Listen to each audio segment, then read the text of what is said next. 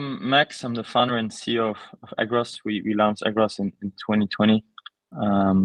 And so our mission is to enable farmers to double their profits while adopting climate smart solutions for future generations. And the reason why we launched this is if you see at the three main pillars where they spend money, diesel prices have increased significantly.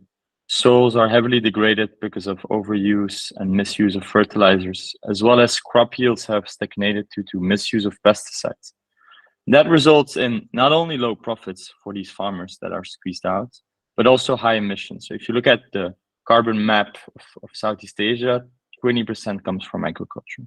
And so if we want to continue to feed the planet that is still growing in population, we need to give back to these farmers. We can produce indoor food, but we still need to give back to these farmers. And we believe we can do that. And we can do that through a one-stop shop for climate smart solutions. And so we've developed on the water management side, a solar water pump on a lease to own scheme where farmers can 100% save on fuel, and we reduce carbon emissions 4 tons per hectare. We developed a service which is around soil testing, where we customize the fertilizers based on the soil test, based on a scanner, where they can reduce fertilizers up to 30% and also increase their yields actually, and reduce tons, 3 tons per hectare. And then a third one, which is currently in R&D, is similar concept to the Agros soil, where you scan the leaves and you know exactly which biological alternatives you can get in compared to chemical pesticides.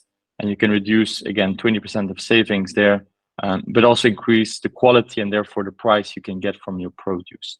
And the carbon effect is 2 tons per hectare.